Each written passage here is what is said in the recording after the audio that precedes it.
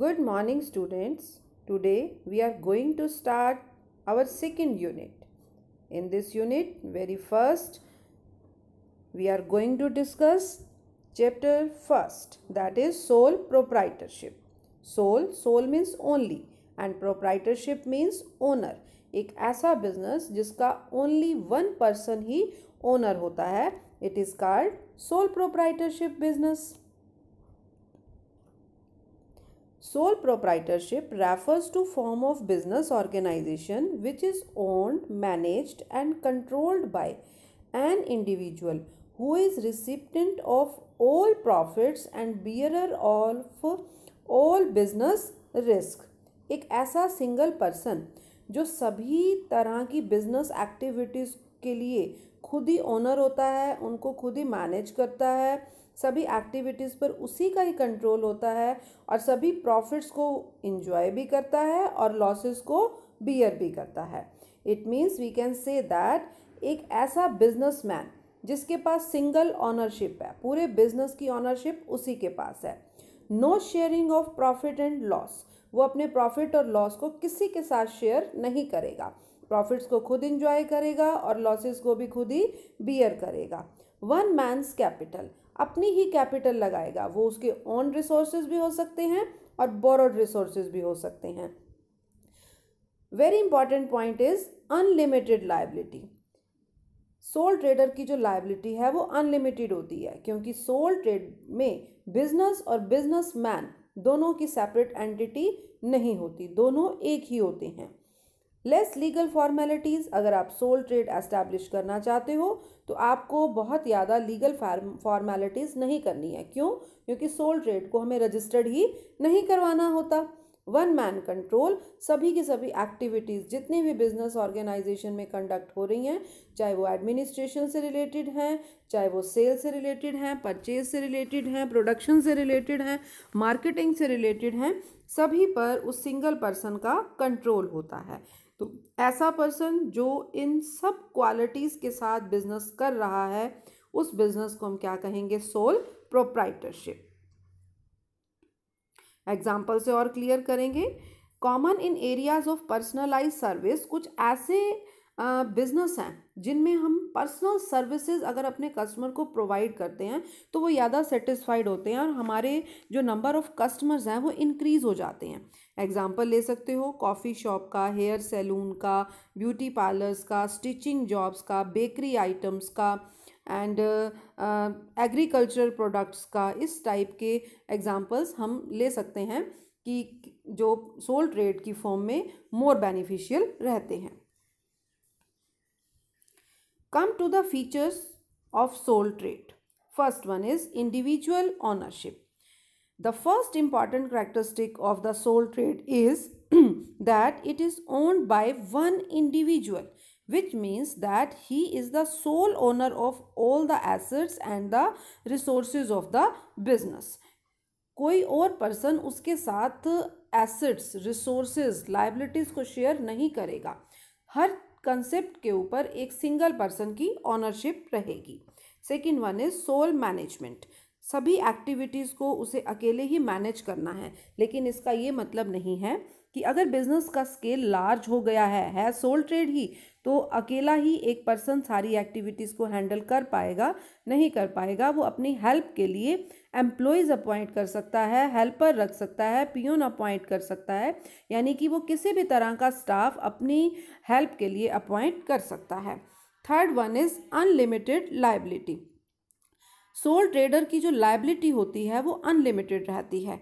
क्यों? क्योंकि soul trader ने जितनी भी कैपिटल बिजनेस में इन्वेस्ट की है, अनफॉर्चुनेटली अगर बिजनेस में लॉसेस हो जाते हैं और सोल ट्रेडर की जो बिजनेस की कैपिटल है वो उन लॉसेस को कंपनसेट करने के लिए सफिशिएंट अमाउंट नहीं है, तो सोल ट्रेडर की डोमेस्टिक प्रॉपर्टीज़ भी उन लॉसेस को कंपनसेट करने के लिए यूज़ हो सकती हैं. इसीलिए सोल ट्रेडर की जो लायबिलिटी है वो क्या रहती है? अनलिमिटेड रहती है. Fourth one is freedom in selection of business. अगर आप अपना बिजनेस सोल ट्रेड की फॉर्म में एस्टैब्लिश करना चाहते हो तो आपको पूरी फ्रीडम है कि आप अपने अकॉर्डिंग अपना बिजनेस सेट कर सकते हो। अगर आपने पार्टनरशिप में बिजनेस ज्वाइन किया तो क्या आपके पास फ्रीडम रहेगी अपने अकॉर्डिंग बिजनेस को सेलेक्ट करने की? नो, क्योंकि आपके पास वहाँ पर 2 और मोर देन 2 पर्सन्स होंगे। उन सभी के थॉट्स के अकॉर्डिंग ही हम बिजनेस ऑर्गेनाइजेशन को सेलेक्ट कर पाएंगे। और सोल ट्रेड में आपने अकेले ही डिसीजन लेना है कि आप किस तरह का बिजनेस करना चाहते हो। suitable for some special form of business. There are some special trades which require individual attention and service. अब कुछ ट्रेड ऐसे हैं जिनमें इंडिविजुअल अटेंशन की ज़रूरत है, इंडिविजुअल सर्विसेज से ही कस्टमर जो हैं सेटिस्फाइड होते हैं। अभी हमने जब हम कंसेप्ट का जो लेकर चल रहे थे, मीनिंग लेकर चल रहे थे सोल ट्रेड का, वहाँ भी यही कंसेप्ट डिस्कस किया था कि जैसे आप अपने ड्रेस मटेरियल को स्टिच कराना चाहते हो तो आप एक पर्टिकुलर टेलर से ही अपने कपड़े स्टिच कराते हो। आप अपना हेयर कट कराना चाहते हो तो आप एक पर्टिकुलर हेयर सैलून में पर्टिकुलर पर्सन से ही अपना हेयर कट कराते हो। ठीक है, तो इस तरह बहुत सारे ट्रेड ऐसे हैं जिनमें स्पेशल सर्विसेज की और स्पेशल अटेंशन की रिक्वायरमेंट रहती है, तभी कस्टमर सेटिस्फाइड होता है। तो उन सब टाइप के ट्रेड के लिए हम किस टाइप का ट्रेड जो है वो सेलेक्ट करेंगे? सोल ट्रेड सेलेक्ट करेंगे। Next is secrecy.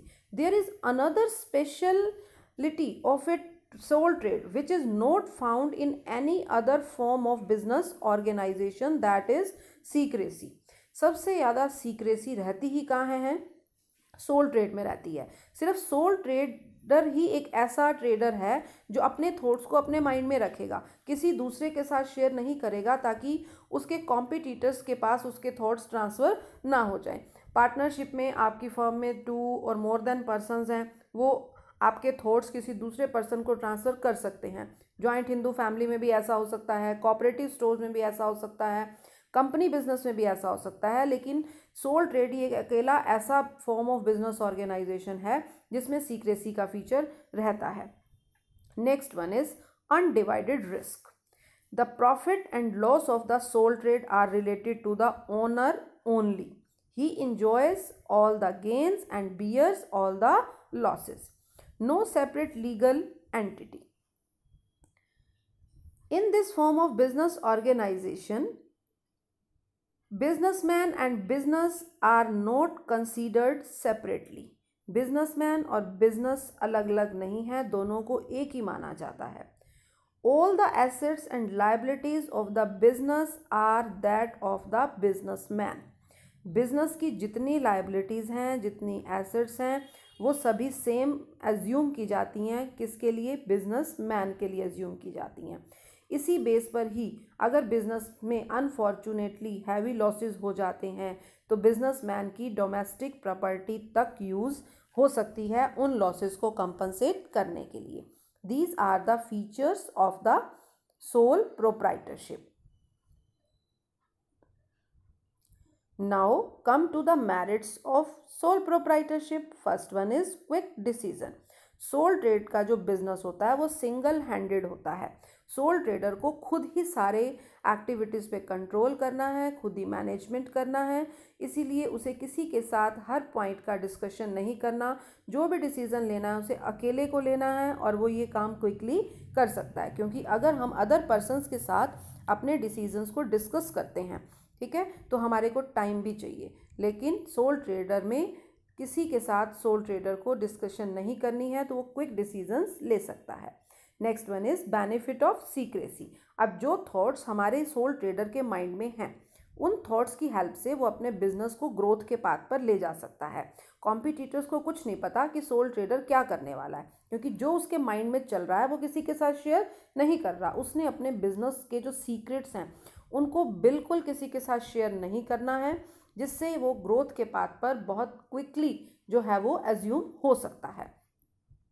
Next one is easy formation. जब हमारे सोल ट्रेड में कोई भी लीगल फॉर्मेलिटीज़ नहीं होती at the time of formation, तो उसका जो फॉर्मेशन है वो इजी है।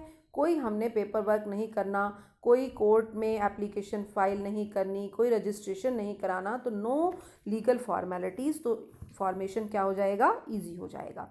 Direct motivation, very important point. A soul trader does not require any external motivation for doing the work. उसे एक्सटर्नल मोटिवेशन की कोई ज़रूरत नहीं है। क्यों ज़रूरत नहीं है? ही इज सेल्फ इंस्पायर्ड, वो खुद ही इंस्पायर्ड है अपने थॉट्स के साथ कि जितना प्रॉफिट वो अर्न करेगा वो सारा प्रॉफिट किसकी पॉकेट में जाना है?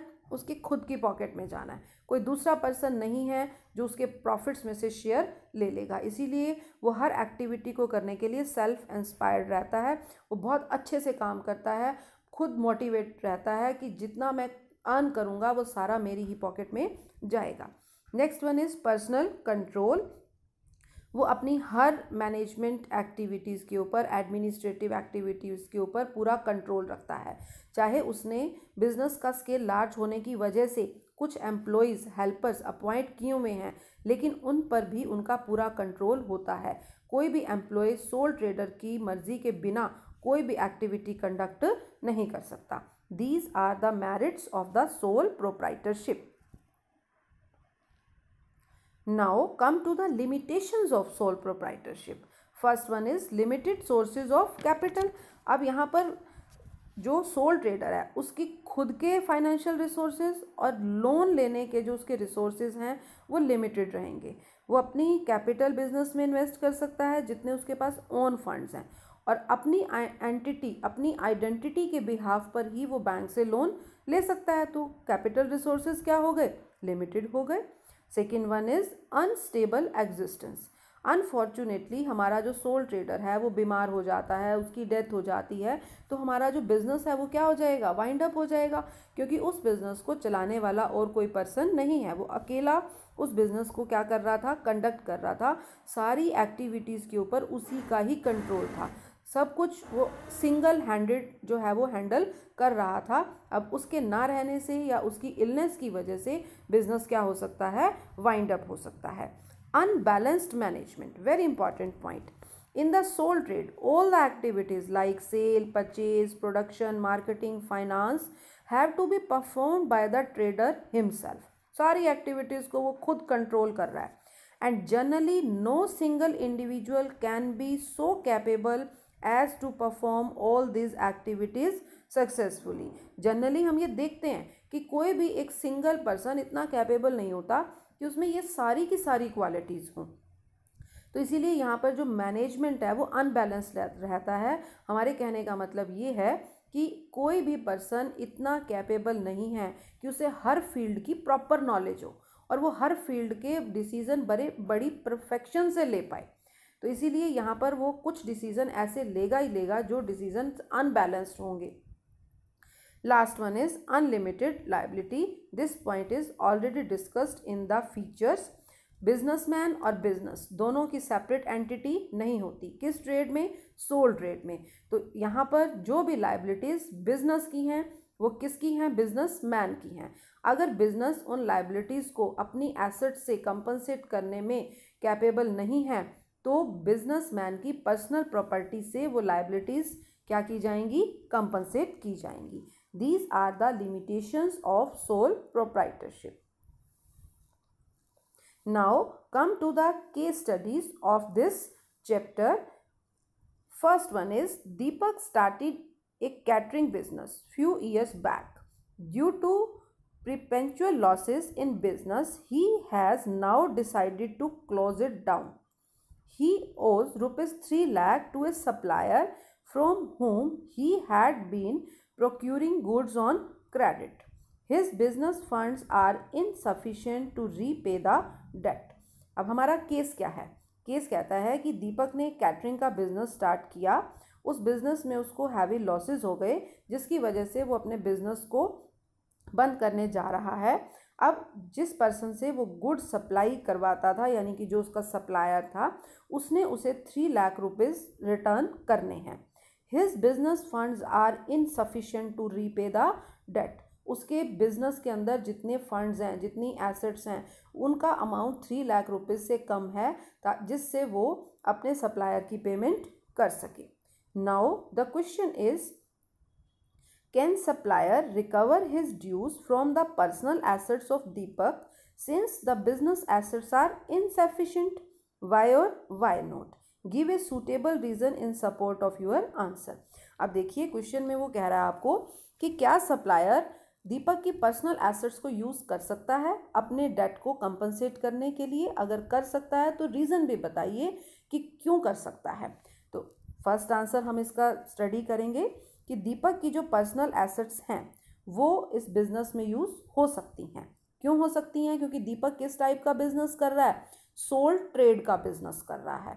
और सोल ट्रेड के बिजनेस में बिजनेस और बिजनेसमैन जो है उनकी सेपरेट एंटिटी नहीं होती, दोनों की एक ही एंटिटी होती है। बिजनेसमैन की assets, personal assets, domestic assets business के लॉसेस को कंपनसेट करने के लिए यूज की जा सकती हैं due to the feature of unlimited liability. Finally, we can write the answer in this way. Yes, supplier can recover his dues from the personal assets of Deepak. Why? Reason उसने पूछा है कि suitable reason बताइए. Reason is sole proprietor has unlimited liability. Come to the second case study. Nupur Nagpal, after completing her MBA studies, began to help her father, Shri Bhushan Nagpal, in his business. The business with a limited capital investment was running successfully. All the workers were happy. Nupur wanted to use the modern business techniques in every area of business, namely purchase, sale, production, finance, etc. अब नुपुर नागपाल जो है अपने father Bhushan Nagpal की business को join करती है, और जो बिजनेस भूषण नागपाल अकेले ही पहले चला रहे हैं और सक्सेसफुली चल रहा है, उन्होंने लिमिटेड कैपिटल वहाँ पर इन्वेस्ट की हुई है। अब जैसे ही नुपुर नागपाल ने उस बिज़नेस में एंटर किया तो उसने बिज़नेस में जितने भी डिपार्टमेंट्स थे उन सब में मॉडर्न टेक्निक्स को इम्प्लीमेंट करना चाहा। In fact she wanted to implement the methods which she had studied in MBA in her business.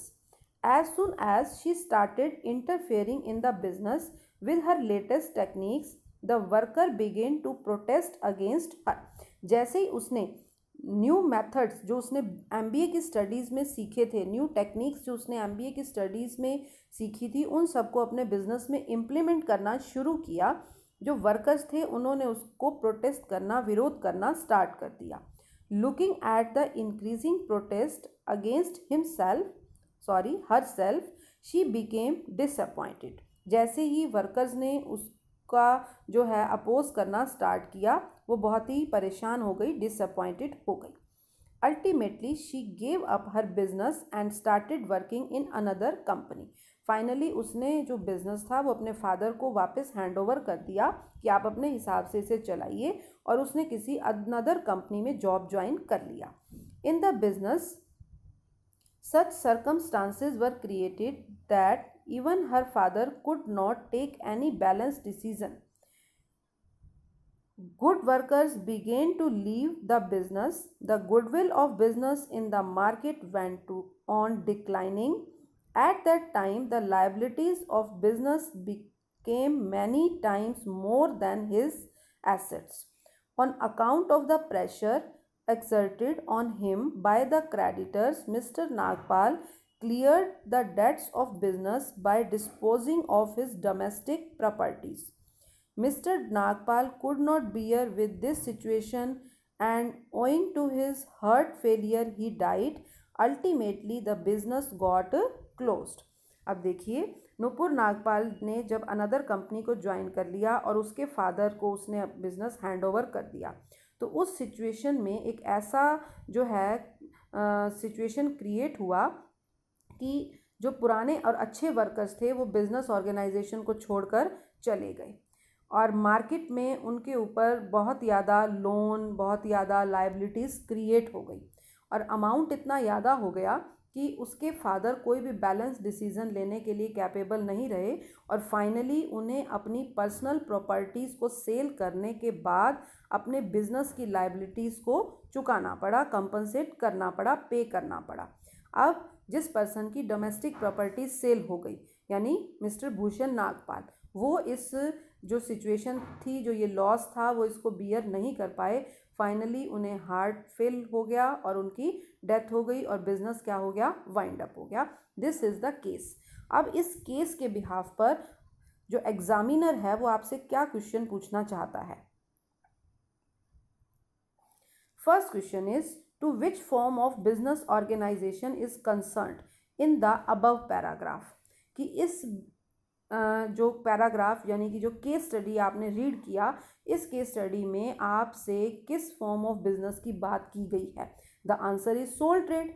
Soul trade की बात की जा रही है, क्योंकि भूषण नागपाल अकेले बिजनेस चला रहे थे, बाद में उनकी डॉटर ने उसी बिजनेस को जो है वो ज्वाइन कर लिया, लेकिन वो पार्टनरशिप नहीं है। जब कोई भी सिंगल पर्सन बिजनेस को कंडक्ट कर रहा है, उसका सन या डॉटर उस बिजनेस को ज्वाइन कर लेता है, तो it is not called a partnership, it is sole trade. Next question is and the information of what factor is being conveyed by it. और जो इस पैराग्राफ में, इस केस स्टडी में अदर इंफॉर्मेशंस आ रही हैं, वो किस फैक्टर को इंडिकेट कर रही हैं। यहाँ पर जितनी भी इंफॉर्मेशन, जितनी भी बातें हमने यहाँ पर डिस्कस की हैं इस केस में, वो सारे पॉइंट्स जो हैं वो लिमिटेशंस ऑफ सोल ट्रेड को इंडिकेट कर रहे हैं। Next question is quoting the relevant lines right about the 4 points of the factor identified in the para A. अब वो कहते हैं कि जो आपने ए पार्ट में जो फैक्टर इंडिकेट किया है, यानी कि हमने इंडिकेट किए हैं लिमिटेशंस, उन लिमिटेशन से रिलेटेड आपको लाइंस बतानी है कि किन लाइन से आपको पता चला कि कौन सी लिमिटेशन शो हो रही है। Finally we can write the answer. First answer is sole trade and second answer is limitations of soul trade. Now come to the limitations. First जो लिमिटेशन यहाँ शो हो रही है, लाइंस आप अपने पैराग्राफ में से रीड करके राइट करोगे। First is limited sources of capital. Capital के सोर्सेज क्या थे? लिमिटेड थे। वो कहाँ से हमें पता चला? The business with the limited capital was running successfully. ठीक है, इस लाइन से हम जो है वो उसको प्रेजेंट करेंगे। सेकेंड जो लिमिटेशन यहाँ शो हो रही है, that is imbalanced management. In such a situation could not take any balance decision. जब उसके फादर को उसने लास्ट में बिजनेस हैंड ओवर कर दिया था और उसके फादर जो हैं उस टाइम कोई भी डिसीजन नहीं ले सक रहे थे। क्यों? क्योंकि बिजनेस की सिचुएशंस इतनी ज़्यादा रस्ट हो चुकी थी, बहुत सारे अच्छे वर्कर्स बिजनेस छोड़कर जा रहे थे। Next limitation is unlimited liability on account of the pressure disposing of his domestic properties. जब क्रेडिटर्स का मिस्टर भूषण के ऊपर बहुत ज़्यादा प्रेशर था और उनके बिजनेस की जो एसेट्स थी वो सफिशिएंट नहीं थी कि जिससे वो अपने क्रेडिटर्स और सप्लायर्स की पेमेंट कर सकें, तो उन्होंने क्या कर दिया? अपनी पर्सनल डोमेस्टिक प्रॉपर्टीज़ को सेल कर दिया अपने बिजनेस के लायबिलिटीज़ को कंपनसेट करने के लिए। It shows the unlimited liability. And the last feature is temporary existence. जब मिस्टर भूषण इस लॉस को बियर नहीं कर सके कि उनकी पर्सनल एसेट्स भी बिजनेस के लॉसेस को कंपनसेट करने के लिए यूज़ हो गई हैं, तो उनका हार्ट फेल हो गया और उनकी डेथ हो गई और फाइनली बिजनेस क्या हो गया? क्लोज हो गया। ठीक है, टेम्परेरी एग्जिस्टेंस या अनस्टेबल एग्जिस्टेंस कुछ भी आप राइट कर सकते हैं। Thanks for watching this video. Have a nice day.